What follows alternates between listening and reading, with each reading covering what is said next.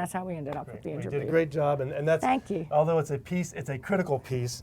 Lead with Love is the book, LUV, as you might have guessed. It's a very quick read. I love rapid read books. I tell people my books come with one guarantee. You put them on your nightstand, and in an hour you're done or you're asleep. So it's a pretty good deal. You get the same guarantee with this one, and you get a ton out of it. So take a look at it. Thanks. I love the story of your mom in the book, Colleen, and I was wondering if you could share with our audience just a little bit about your mom's influence on your values. You know, my mom was probably one of the most humble human beings on this earth, and she was not particularly educated.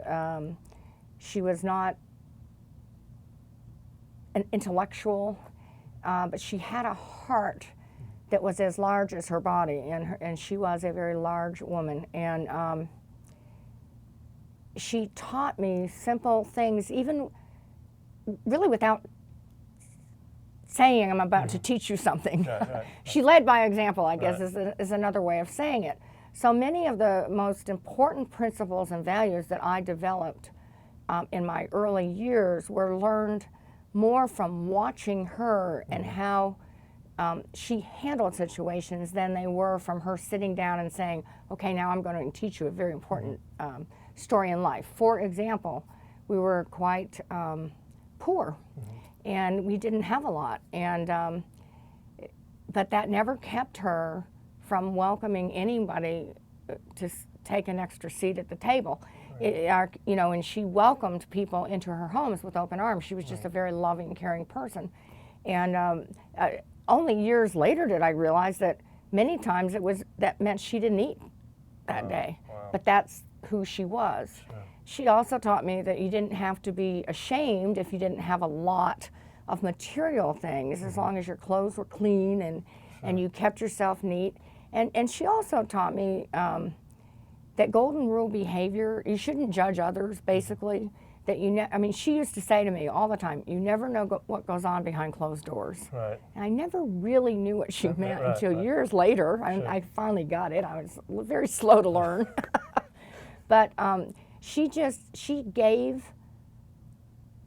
was a giver, and she gave constantly, even when she had nothing to give. And, you know, it makes me kind of teary in a way, but it's also one of the most marvelous feelings. When my mom died, my niece and I were at her house. This was just hours within her death, and we found all these little notes that she left for us in her bedroom bureau, and she didn't have anything to give anybody. I mean, she just didn't. She, except her heart and her love. But my brother walked in on my niece and I, and we were on the floor rolling, laughing, and my brother thought that was so sacrilegious. What are you doing? You know, my mom's just died.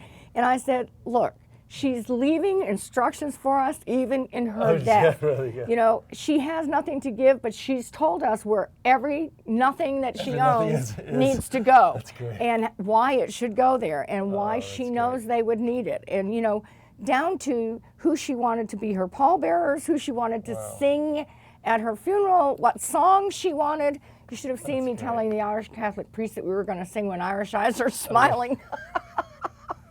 And she wanted bagpipes, trying to find bagpipes in Bellows Falls, Vermont. Impossible. But anyway, I mean, she was just that kind of woman. And that's neat. Well, she obviously left a wonderful legacy. So well, that's she did.